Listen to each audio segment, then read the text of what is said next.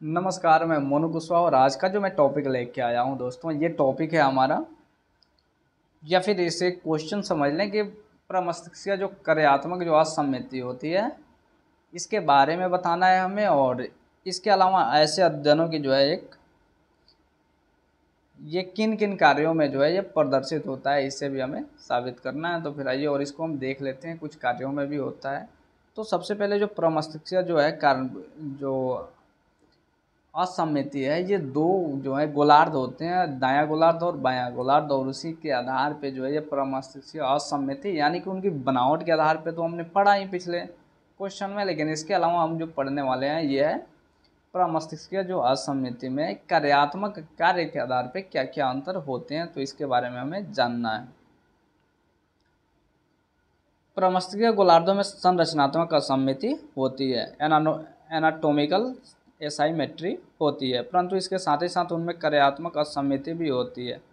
कार्यात्मक असम्मिति से तात्पर्य दोनों गोलार्धों के कार्यों में विषमता या असम्मिति से होता है। दूसरे शब्दों में कहा जा सकता है कि कुछ विशेष तरह के कार्य एक गोलार्ध द्वारा कुछ अन्य तरह के कार्य दूसरे गोलार्ध द्वारा किया जाता है, जबकि दोनों गोलार्धों में विभिन्न मस्तिष्कीय सूचनाएं जो होती है या संरचनाएं लगभग समान होती है, फिर भी इनके कार्यात्मक जो है ये अंतर इसमें पाए जाते हैं। कार्यात्मक असम्मिति के बारे में जानने के लिए जो है सामान्य या तंदुरुस्त मस्तिष्क में वाले व्यक्ति या न्यूरोतंत्रीय रोगियों पर अध्ययन किए गए हैं, और इनके जो है 4 तरह के कार्यों में असम्मिति जो है यह स्पष्ट रूप से दिखाई देती है। पहला है दृष्टि कार्यों में असम्मिति। जैसा कि हम जानते हैं कि दायां दृष्टि क्षेत्र में उपस्थित किया गया उद्दीपक दायां कार्टिकल क्षेत्र में प्रक्षेपित होता है।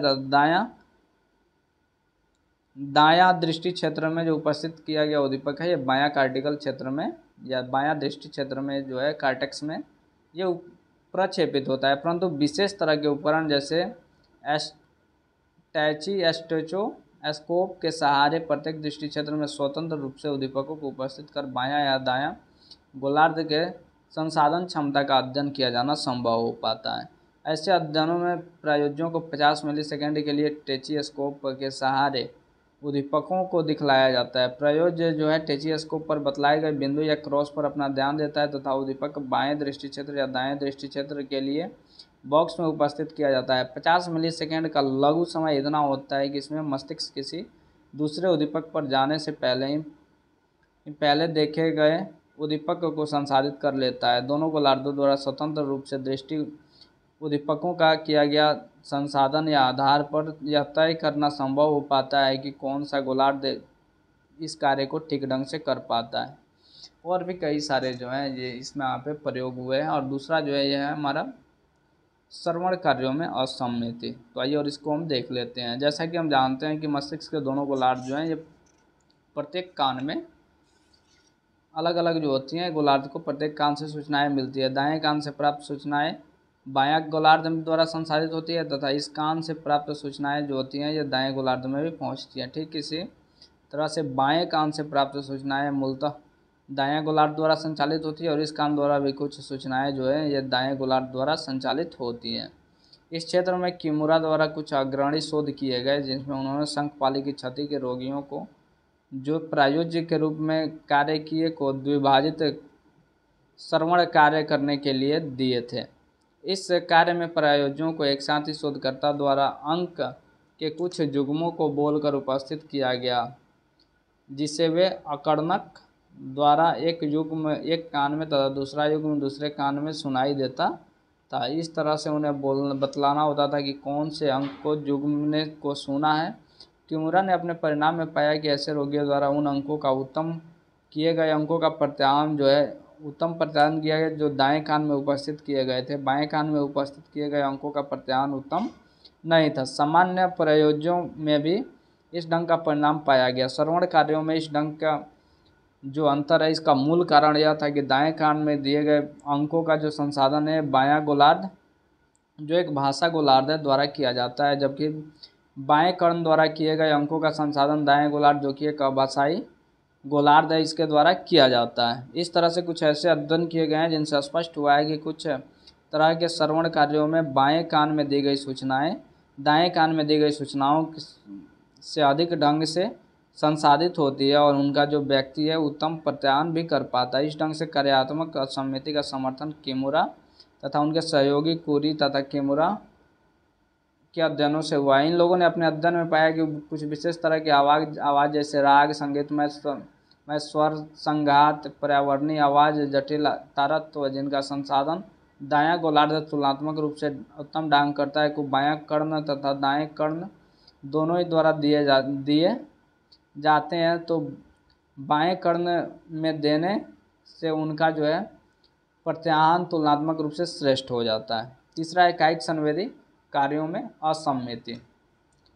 कायिक संवेदी कार्यों में असम्मिति जो है मस्तिष्क के दोनों गोलार्धों के दैहिक संवेदी कार्यों में असम्मिति पाई जाती है। कायिक संवेदी क्षेत्रों में भी दृष्टि तथा श्रवण के समान ही शरीर के बाएं भाग की कायिक संवेदी सूचनाएं दाएं गोलार्ध में तथा दाएं गोलार्ध की कायिक संवेदी सूचनाएं बाएं गोलार्ध में जाती है और वहीं से नियंत्रित होती है। इस क्षेत्र में कई अध्ययन किए गए हैं जिनके आधार पर कायिक संवेदी कार्यों के प्रमस्तिष्कीय असम्मिति का पता चलता है। कई शोधों में विभिन्न तरह के आकार, कोण तथा पैटर्न का में बायां एवं दायां हाथ द्वारा की गई पहचान का निष्पादन तुलनात्मक अध्ययन किया गया और पाया गया कि इन सभी कार्यों पर दक्षिण हस्तिक व्यक्तियों में बायां हाथ का निष्पादन दायां हाथ के निष्पादन से लगभग उत्तम था।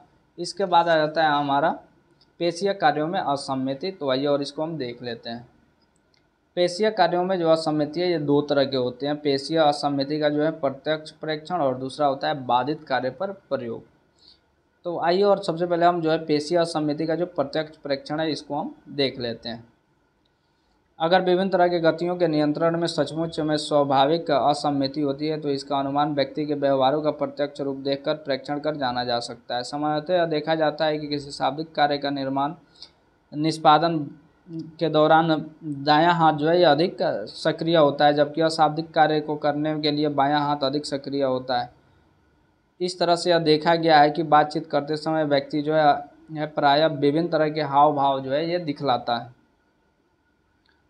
जब जिसका भी विश्लेषण करने पर पेशीय असम्मिति का जो है अंदाज होता है। इन संभावनाओं की जांच करने के लिए किमुरा तथा उनके सहयोगियों ने एक प्रयोग किया जिसमें उन्होंने दक्षिण हस्तिक व्यक्तियों की 3 तरह के विभिन्न परीक्षणों पर कुछ ब्लॉक को संग्रहित करने के लिए कहा गया। जब वे इस कार्य को कर रहे थे तो उनका एक पेशीय व्यवहारों के लिए वीडियो टेपिंग किया गया तथा 3 तरह के कार्यों में पहला कार्य तटस्थ कार्य था, दूसरा कार्य शाब्दिक कार्य था और तीसरा कार्य जो था यह अशाब्दिक कार्य था। तटस्थ कार्य में प्रायोजकों को उजले ब्लॉक के सहारे 5x5 मैट्रिक्स बनाना होता था। शाब्दिक कार्य में कई तरह के क्रॉस शब्द पहेली कार्य सम्मिलित होते थे जिसमें प्रायोजकों को उन ब्लॉकों को जिस पर अक्षर छपे होते थे को संयोजित करना होता था। अशाब्दिक कार्य में प्रायोजकों को एक विशेष तरह की पहेली जिसे जिंगसा पहेली कहा जाता है, दोनों तरह के कार्यों में व्यवहृत ब्लॉकों की मदद से समस्या का समाधान करना होता था। इन तरह के व्यवहारों में प्रायोजकों द्वारा किए गए विभिन्न तरह के व्यवहारों का परीक्षण किया गया तथा उनका विश्लेषण किया गया। परिणाम में पाया गया कि तटस्थ कार्यों को करने में ऐसे प्रायोजकों को दायां हाथ से ब्लॉक को अधिक संचालित किया जाता था।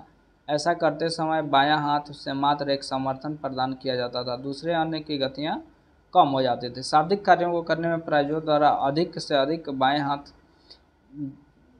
दायां हाथ की विभिन्न गतियों को किया जाता है।